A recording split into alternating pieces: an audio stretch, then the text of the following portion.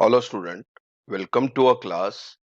हम F I B com first semester कर रहे हैं, जिसके अंदर आज हमने जो टॉपिक लिया है वो है डिपार्टमेंटल अकाउंट का।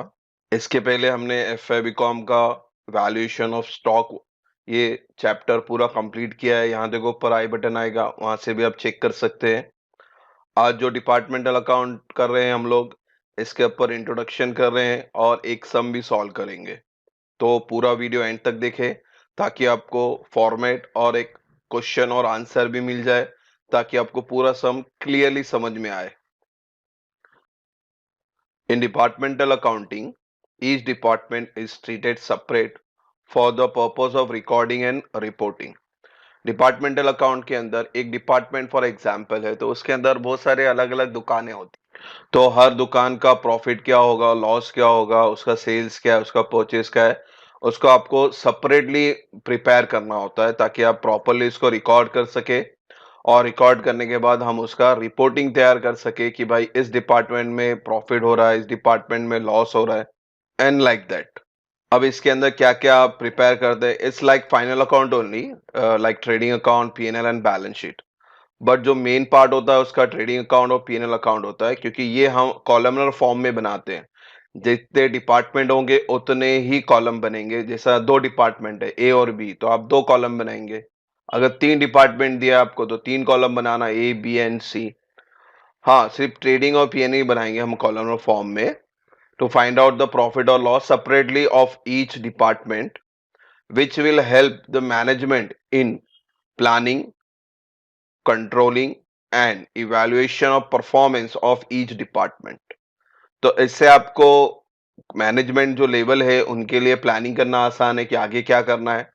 अगर कुछ खर्चे ज्यादा हो रहे हैं तो उसको हम कंट्रोल कर सकते हैं, और फिर जो भी परफॉर्मेंस ईच डिपार्टमेंट का है हम उसको इवेलुएट कर सकते हैं, चेक कर सकते हैं। हाँ, इसके अंदर कभी-कभी बैलेंस शीट भी पूछता है, तो balance sheet normal balance sheet बनेगी, उसके अंदर कोई कॉलमनर फॉर्म नहीं बनेगा। तो आपको मीनिंग समझा दिया मैंने। तो अब इसके अंदर बच्चों जो ये ट्रेडिंग और पीएनएल है, इसके अंदर बाइफिकेशन करना होता है रिस्पेक्टिव एंट्री को। जैसे सैलरी है, रेंट है, एडवर्टाइजमेंट है, तो इनको बाइफिकेट करना है, एलोकेट करना है। तो किस तरह से आप इनको डिस्ट्रीब्यूट करेंगे रिस्पेक्टिव डिपार्टमेंट में। आपको एक ही अमाउंट दिया जाएगा, उस एक अमाउंट को आपको उनके रेशियो के हिसाब से डिस्ट्रीब्यूट करना है। तो डिस्ट्रीब्यूशन का बेसिस क्या होगा वो जानना भी जरूरी है। तो वो एलोकेशन बता दूं मैं आपको। सो एलोकेशन और डिस्ट्रीब्यूशन ऑफ एक्सपेंसेस और income in the department account. तो कैसा डिस्ट्रीब्यूट करेंगे, आप देखें यहाँ पे कैरेज एंड फ्रेट जैसा आया, तो आपको परचेस रेशियो निकालना है और उसके हिसाब से डिस्ट्रीब्यूट करना है कैरेज या फ्रेट को, क्योंकि ये ट्रेडिंग अकाउंट में आता है और ये गुड्स से रिलेटेड है। फिर रेंट रेट एंड टैक्सेस या रिपेयर ऑफ बिल्डिंग आया, तो आप एरिया के हिसाब से डिस्ट्रीब्यूट करेंगे। आपको फ्लोर एरिया दिया गया होगा कि डिपार्टमेंट ए इतना एरिया यूज कर रहा है, डिपार्टमेंट बी इतना एरिया यूज कर रहा है, तो उस एरिया का रेशियो निकालेंगे और उसके हिसाब से इनका डिस्ट्रीब्यूशन करेंगे। लाइटिंग वगैरह आया तो नंबर ऑफ पॉइंट पे जाएगा। पावर आया तो हॉर्स पावर ऑफ इक्विपमेंट, जो भी मशीनरी वगैरह है वो कितना हॉर्स पावर यूज कर रही है।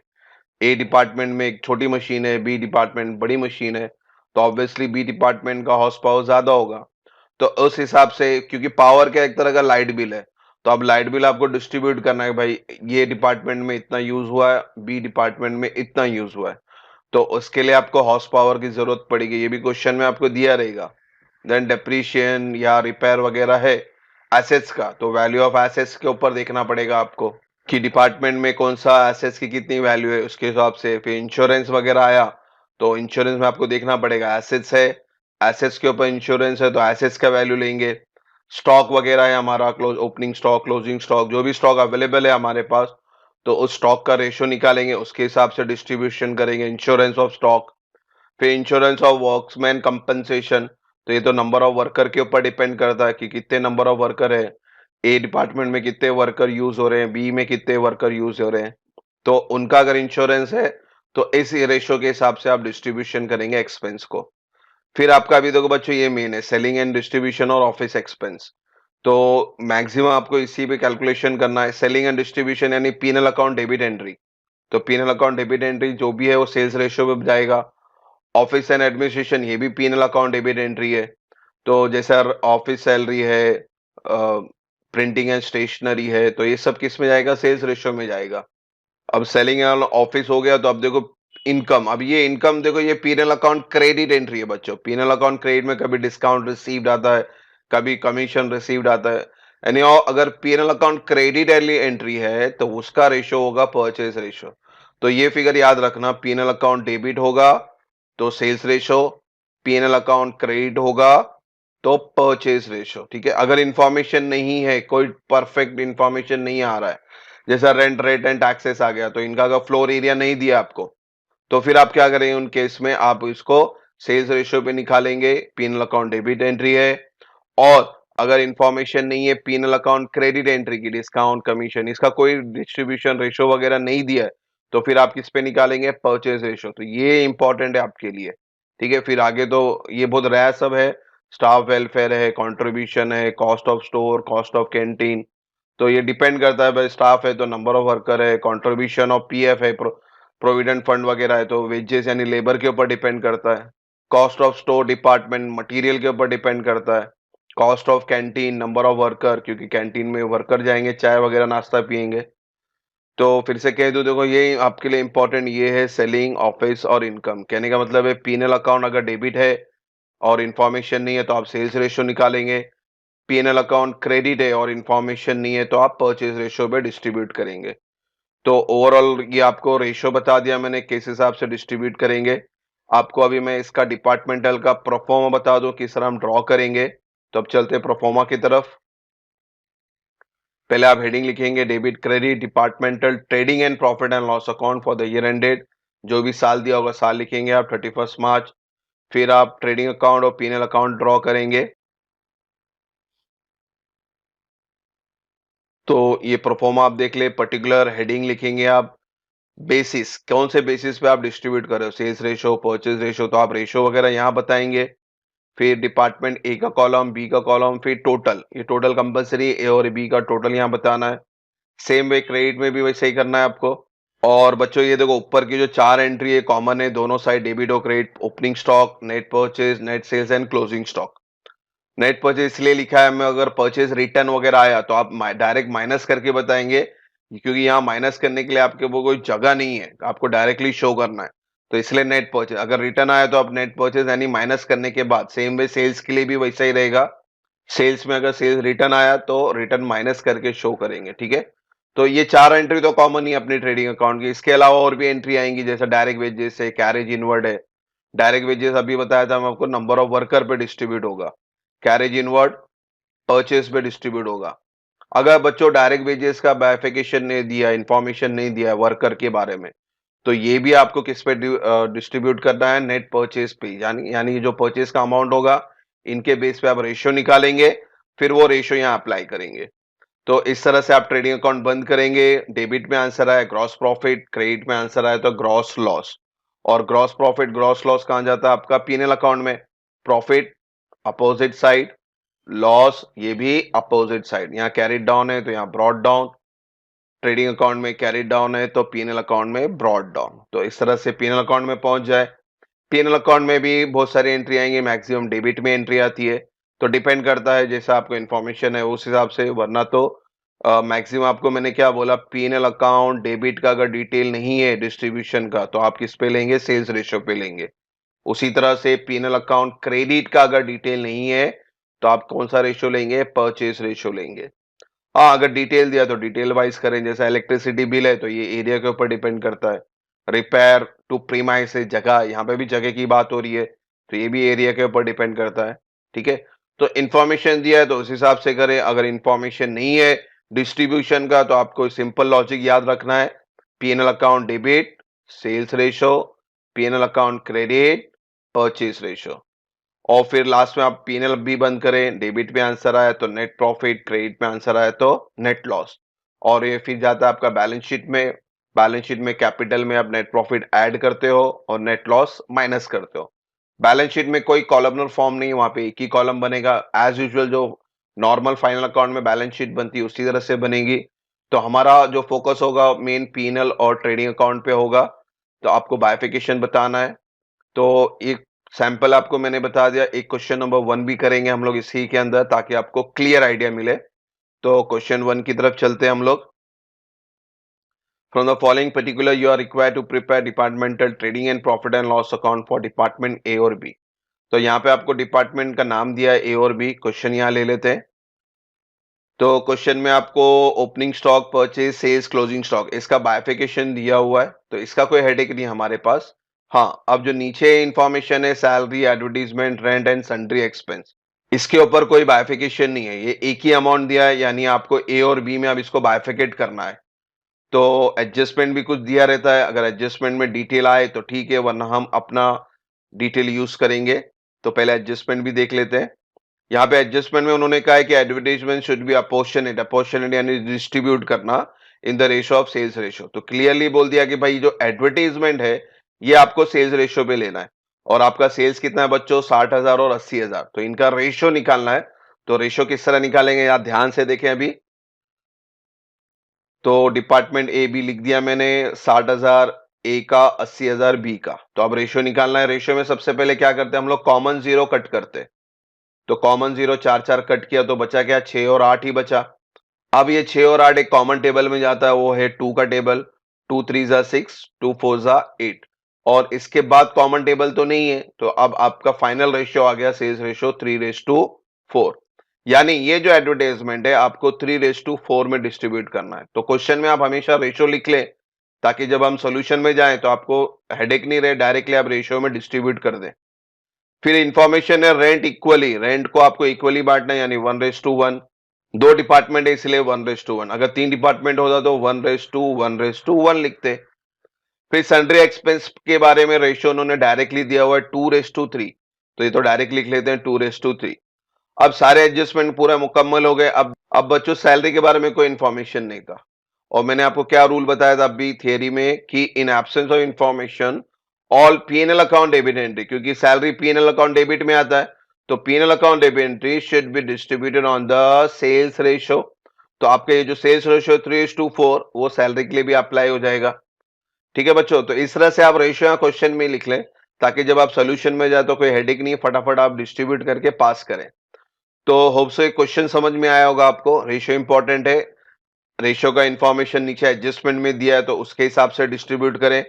अगर जैसे सैलरी का रेशियो नहीं दिया था तो आपको फिर थियरी याद रखनी पड़ेगी कि पीएनएल अकाउंट डेबिट है तो sales ratio, PNL account credit है तो परचेज रेशियो। तो क्वेश्चन हमने पूरा टिक मार्क कर लिया है। अब इसका सॉल्यूशन की तरफ चलते हैं। फॉर्मेट आप ड्रॉ कर ले, हेडिंग दे departmental trading PNL account for the year ended, heading लिख ले particular basis department A B दोनों साइड। और क्वेश्चन यहां ले लूं आपके लिए मैं फिर से। तो क्वेश्चन में पहला तो ओपनिंग स्टॉक 6090, हो तो ट्रेडिंग अकाउंट डेबिट है, लिख लेते हैं यहाँ पे। अगर बाइफिकेशन करके दिया है तो आप ब्रैकेट में बेसिस में गिवन लिखे, यानी ये क्वेश्चन में दिया हुआ है तो इसका हेडेक लेने की जरूरत नहीं है। फिर है परचेज, ये भी ट्रेडिंग अकाउंट डेबिट में आता है, बाइफिकेशन के साथ लिख दें। Sales trading account credit, detail दिया हुआ है, गिवन लिखना जरूरी है, याद रखें। फिर है क्लोजिंग स्टॉक, ये भी आता है ट्रेडिंग अकाउंट क्रेडिट में। तो आपका बाइफिकेशन वाला डिटेल तो मुकम्मल हुआ। अब चलते हैं मेन पार्ट, जहां आपको इंफॉर्मेशन देनी है, रेशियो डिस्ट्रीब्यूट करके बताना है। तो पहला था सैलरी, और सैलरी का रेशियो मैंने आपको बताया 3:4, 4,900 को डिस्ट्रीब्यूट करना है। तो यहाँ पीएनएल अकाउंट में लिख लेते हैं टू सैलरी। रेशियो क्या था इनका? 3:4, और 4,900 आपको डिस्ट्रीब्यूट करना है 3:4 में। तो डिस्ट्रीब्यूशन करना भी बहुत सिंपल है। देखो यहाँ एक बार बता दूं मैं आपको, 4,900 को आपको टोटल रेशियो से पहले डिवाइड करना है। तो 4 और 3 कितना हुआ? 7 हुआ। तो 4,900 डिवाइड बाय 7 करना है आपको। It comes to 700। अब ये 700 को क्या करना है? दोनों रेशियो से मल्टीप्लाई करना है। डिपार्टमेंट ए का 3 है, डिपार्टमेंट बी का 4 है रेशियो। तो 7 3 जा 21, 7 4 जा 28। तो ये आपका रेशियो आ गया। एडवर्टाइजमेंट अगेन 3:4 है, 2800 का डिस्ट्रीब्यूशन करना है आपको। रेशियो लिख लेते हैं 3:4, यानी 2800 को फिर से किससे डिवाइड करना है आपको? 7 से। यहां बता दूं मैं आपको, तो 2800 को 7 से डिवाइड किया तो आंसर आता है 400। अब ये 400 क्या करेंगे? मल्टीप्लाई करेंगे। 4 3 जा 12, अगेन 4 4 जा 16। तो इस तरह से आपका एडवर्टाइजमेंट बाइफिकेट हो गया। रेंट का इक्वल रेशियो था 2000, तो 2000 लिख लेते हैं, रेशियो 1:1, यानी 2000 को आप किससे डिवाइड करना पड़ेगा बच्चों? 2 से डिवाइड करना पड़ेगा, यहां बता दो। तो 2000 divide by 2 1000, 1000 into 1 1000, 1000 into 1 1000। Sundry expense का रेशियो दिया था 2:3, 6000 को डिस्ट्रीब्यूट करना है आपको, रेशियो लिख ले। अब बच्चों 6000 को किससे डिवाइड करेंगे? 5 से। 3 + 2 कितना होता है? 5। तो यहाँ बाइफिकेशन आप साइड में लिख के बता दे तो आपके लिए भी आसानी होगा और एग्जामिनर को भी क्लियरली आइडिया मिलेगा कि भाई बच्चे को नॉलेज है, उसने खुद से किया है। तो 6000 डिवाइड बाय 5 करें तो आंसर आता है 1200। तो 1200 मल्टीप्लाई बाय 2 2400, 1200 मल्टीप्लाई बाय 3 3600। तो इस तरह से बाइफिकेशन आपने पूरा मुकम्मल किया।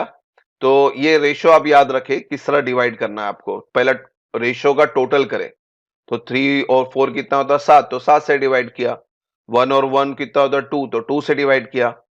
2 और 3 कितना होता है? 5, तो 5 से डिवाइड किया। ठीक है, तो ये क्वेश्चन हटा देते हैं अभी। अब हमारा लास्ट स्टेप है क्लोज करना। तो क्लोज तो आपको आता ही है, फटाफट क्लोज कर लेते हैं।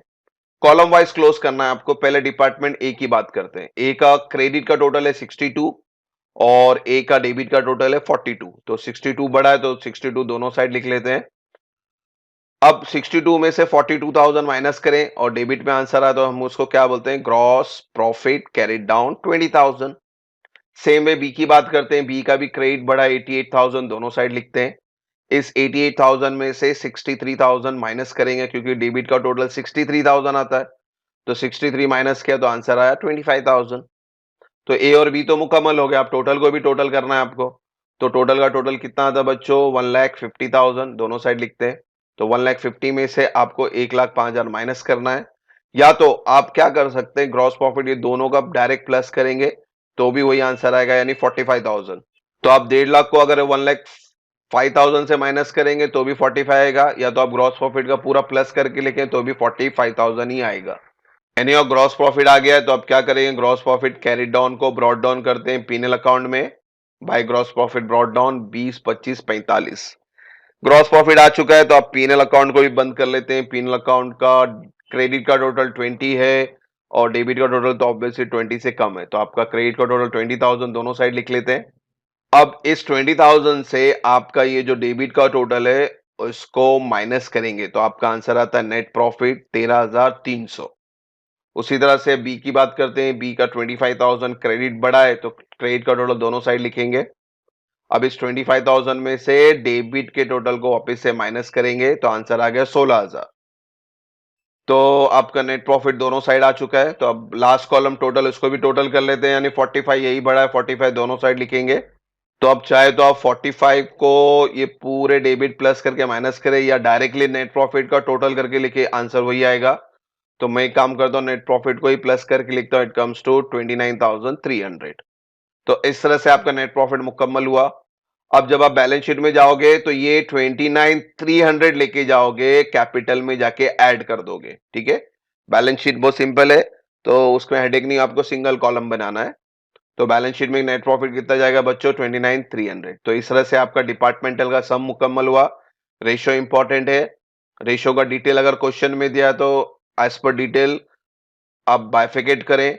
अगर रेशियो का इंफॉर्मेशन नहीं है तो सिंपल लॉजिक याद करें कि भाई पीएनएल अकाउंट डेबिट का अगर रेशियो नहीं मिलता है किसी का तो आप सेल्स रेशियो पे निकालेंगे। और कभी पीएनएल अकाउंट क्रेडिट एंट्री है, डिस्काउंट रिसीव्ड, कमीशन रिसीव्ड वगैरह आती है और उनका रेशियो नहीं दिया होता है तो आप किस पे निकालेंगे? परचेज रेशियो पे निकालेंगे। और रेशियो निकालना मैंने बताया आपको, डिस्ट्रीब्यूशन बताया मैंने आपको।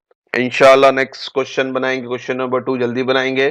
होप सो यहां तक किसी को डाउट ना हो। Thank you for watching the video. God bless you.